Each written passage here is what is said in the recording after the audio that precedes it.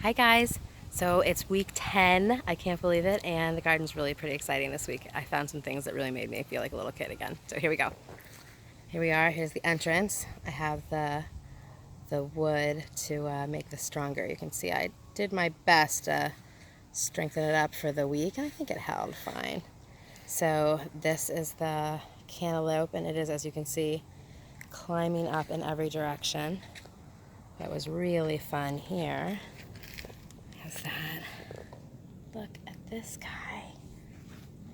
Look at this. How cool is that? He's like a little furry, but soft and furry. Our first little cantaloupe.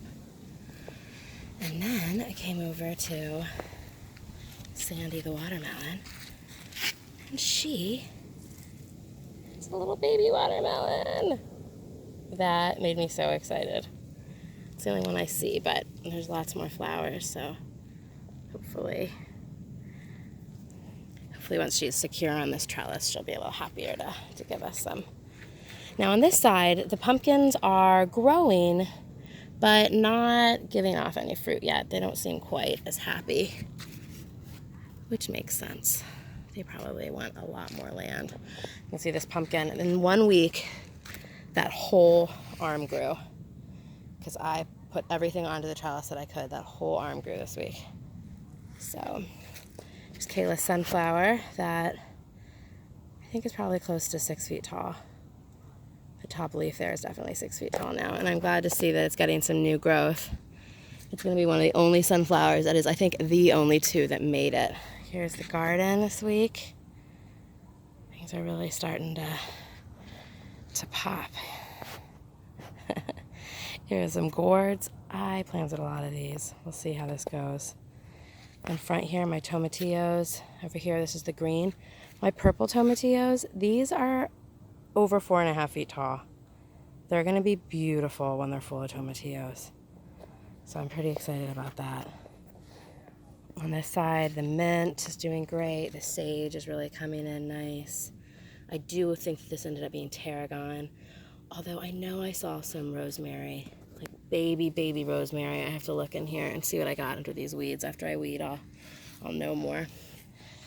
Back here, yeah, you're getting this pre-weeding. Here are my chives, cilantro in the back, my parsley, all my carrots. The carrots are really starting to come in. I guess there's one that seems to have a flower. I need to see if those actually made carrots though. You know what? Maybe you guys can be with me to do the first pool.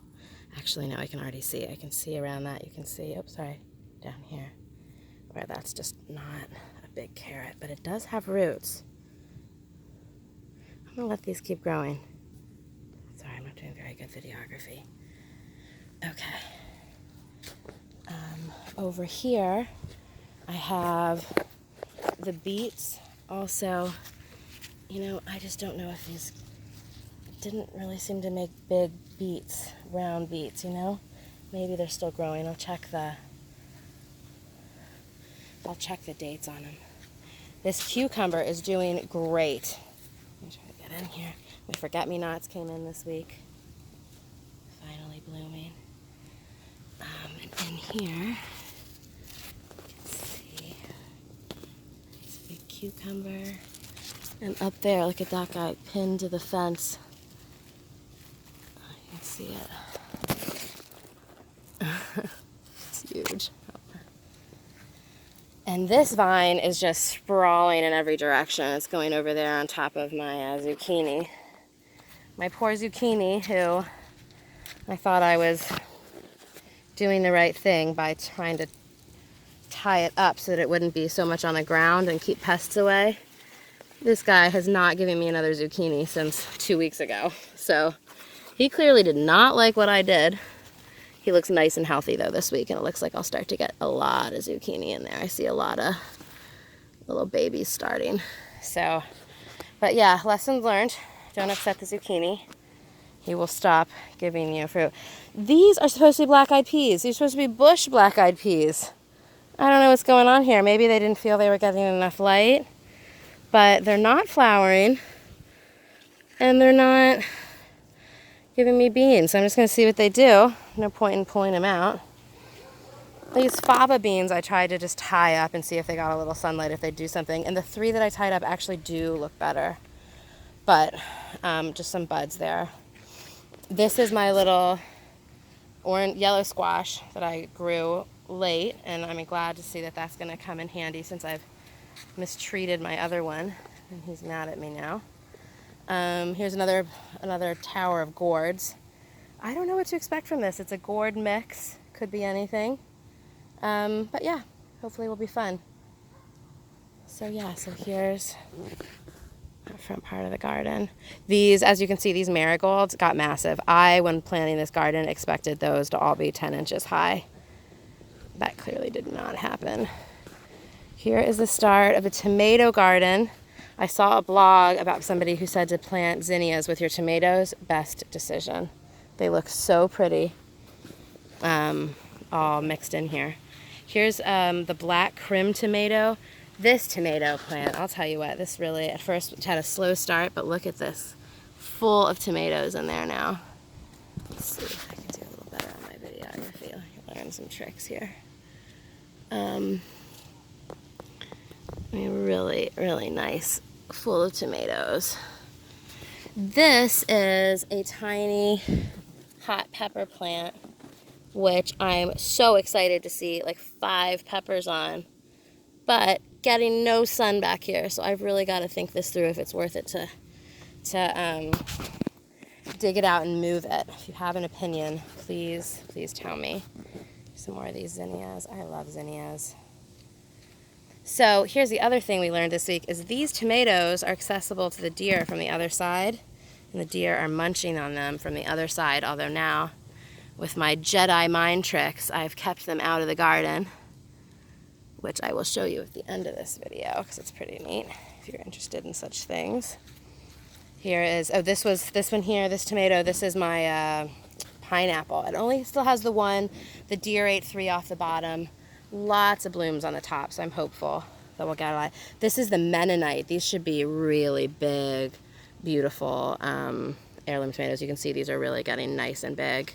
You know, from my hand last week, this was probably half the size. Here's some more going nice and big. But this one is definitely getting munched on from the other side. Here's my favorite zinnia in the garden. Look how beautiful. Hardly looks real.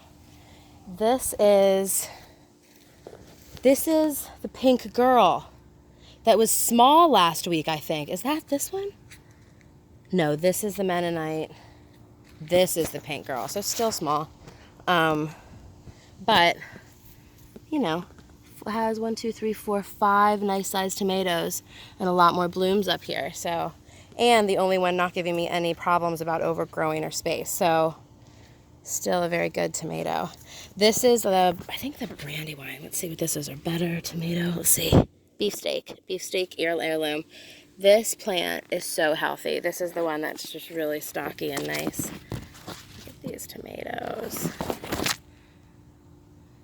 This is like tomato love photography. So yeah, that plant's doing great. My grape tomato plant, as you can see, sprawling everywhere. It has a lot of blooms and a lot of beautiful cherry tomatoes. So I'm hopeful, but like sprawling all the way even over to here. Some nice tall zinnias here to make this look cheerful.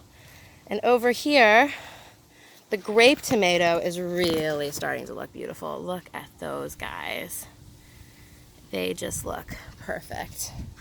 And this plant, so excitement, I'll give you the good news first, is this plant was first to give us a ripe tomato. I will pick that in a second. Actually, you know what? I will pick it with you guys here. Here we go. Picking of the first tomato. Here we go. Oh! See, you're here for the whole thing of it. Look at that. Bugs. They ate my first tomato. Again, I'm a little bit of an angry gardener at this moment. Happier though, this is all great, so I'm not that mad, but a little sad that I don't get to eat this first tomato. So there you see it. Can you believe it. I was so excited. Seeing this side, I thought I was going to have just the most beautiful tomato, but life lessons here for us. Anyways, here's the second bad news of the day. I thought it would be